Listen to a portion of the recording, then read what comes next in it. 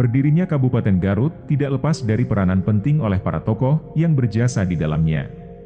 Sebelum menjadi wilayah kabupaten, di Garut pernah berdiri beberapa kerajaan.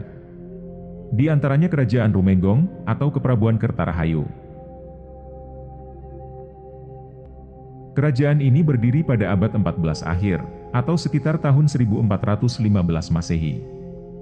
Dan didirikan oleh Prabu Rakean Layaranwangi atau Prabu Jayakusuma.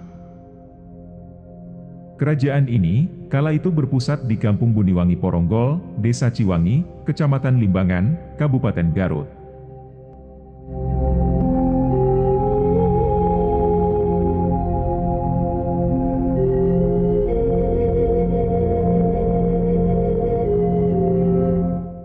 Kemudian ada juga Kerajaan Timbang Anten.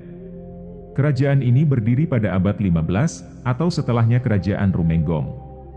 Kerajaan ini kala itu berpusat di Timbang Anten. Dan sekarang daerah itu disebut berada di wilayah Kecamatan Tarogong Kaler, Tarogong Kidul, Kecamatan Samarang, Kecamatan Leles, dan Kecamatan Kadungora.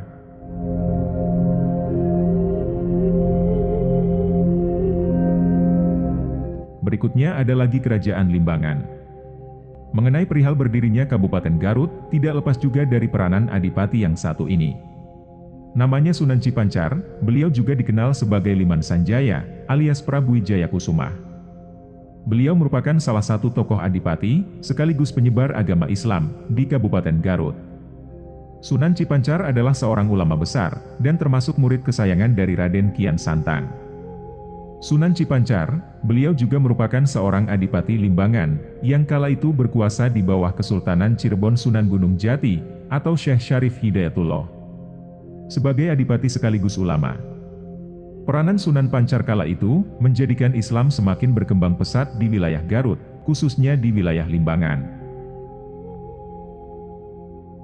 Beliau mengajarkan ajaran agama Islam di keraton, dan berdakwah ke tiap-tiap rumah. Bahkan disebutkan sering bersosialisasi dengan penduduk, seperti mengajak makan bersama, atau ngaliwet bareng. Karena kebijaksanaannya dalam memimpin pemerintahan, maupun sebagai tokoh agama, membuat rakyat tertarik dan akhirnya banyak yang memeluk Islam. Sunan Cipancar, beliau lahir di Limbangan pada tahun 1510 Masehi, dan merupakan salah satu murid Prabu Kian Santang yang berprestasi dalam menyebarkan agama Islam. Atas jasanya, Islam di Garut menjadi berkembang pesat waktu itu. Sunan Cipancar memiliki banyak keturunan yang kemudian menjadi ulama-ulama besar. Di antaranya Syaikh Muhammad Jafar Shidik Cibiuk, dan adiknya Kiai Haji Raden Fakih Ibrahim, yang bergelar dalam penghulu Cicadas. Kemudian Raden Fakih Ibrahim yang melahirkan ulama besar pada abad ke-18 Masehi, yaitu Kiai Haji Raden Nur Muhammad, pendiri pesantren Cikelepu, yang kemudian melahirkan para ulama pimpinan pesantren. Di antaranya pesantren Wates Limbangan, Ponpes Sukamiskin Bandung, dan pendiri pesantren lainnya. Sunan Cipancar. Dari keturunan beliau, juga banyak yang kemudian jadi adipati. Baik sahabat muslim, mari kita telusuri bagaimana asal mula Kabupaten Garut itu berdiri.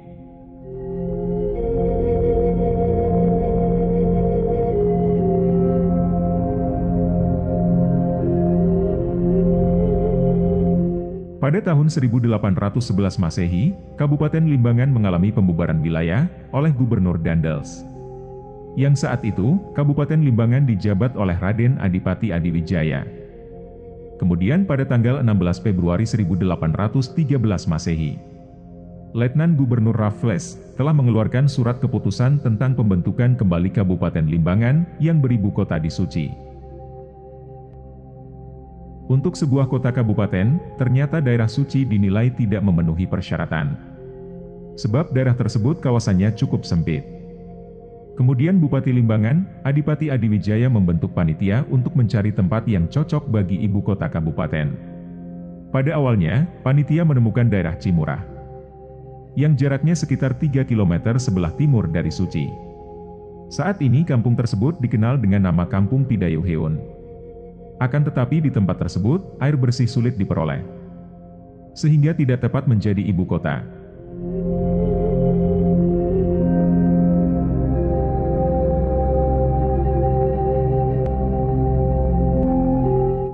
Selanjutnya panitia mencari lokasi ke arah barat, jaraknya sekitar 5 km dari Suci.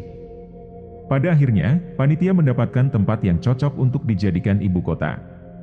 Selain tanahnya subur, tempat tersebut juga memiliki mata air yang mengalir ke Sungai Cimanuk, serta memiliki pemandangan yang indah, dikelilingi beberapa gunung, seperti Gunung Cikuray, Gunung Papandayan, Gunung Guntur, Gunung Galunggung, Gunung Talaga Bodas, dan Gunung Karacat.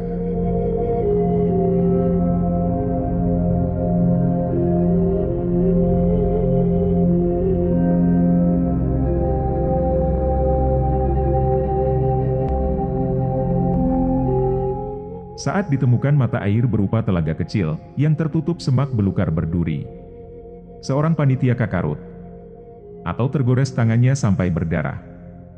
Dalam rombongan panitia, turut pula orang Belanda yang ikut membenahi, atau ngabaladah tempat tersebut. Ketika melihat tangan salah seorang panitia berdarah, orang Belanda itu langsung bertanya, "Mengapa tangannya berdarah?" Lalu orang yang tergores menjawab, "Tangannya kakarut." Orang Eropa atau Belanda tersebut menirukan kata kakarut dengan lidah yang tidak fasih, sehingga sebutannya menjadi gagarut. Sejak saat itulah, para pekerja dalam rombongan panitia menamai tanaman berduri itu dengan sebutan Ki Garut, dan telaganya dinamai Cigarut. Lokasi telaga ini sekarang ditempati oleh bangunan SMP 4 Garut. Dengan ditemukannya Cigarut, daerah sekitar itu dikenal dengan nama Garut. Cetusan nama Garut tersebutlah direstui oleh Adipati Adiwijaya untuk dijadikan ibu kota Kabupaten Limbangan, dan sekarang ibu kota Kabupaten Garut.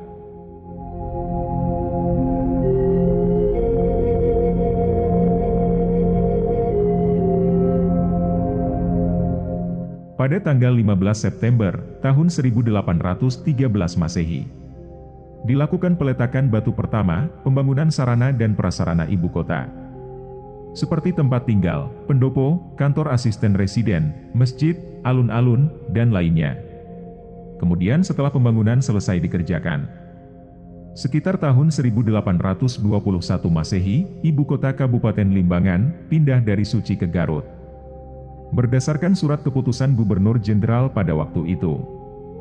Nama Kabupaten Limbangan diganti menjadi Kabupaten Garut dan beribu kota Garut pada tanggal 1 Juli tahun 1913 Masehi. Pada waktu itu, bupati yang sedang menjabat adalah Raden Arya Wiratanudatar IV, yang menjabat tahun 1871 sampai tahun 1915 Masehi.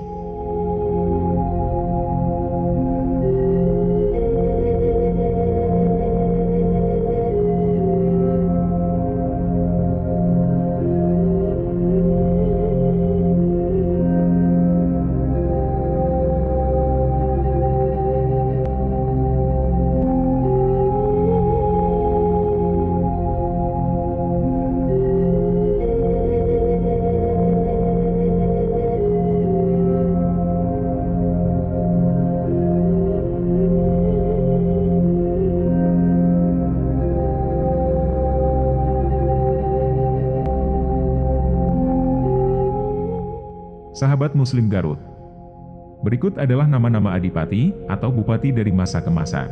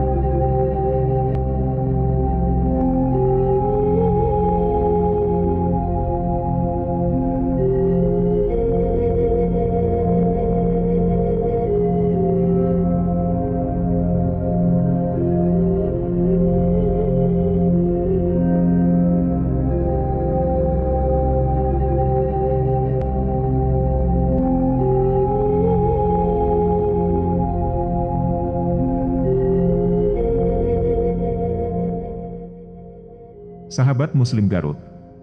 Berikut adalah nama-nama bupati, mulai dari pejabat pertama hingga tahun 1998.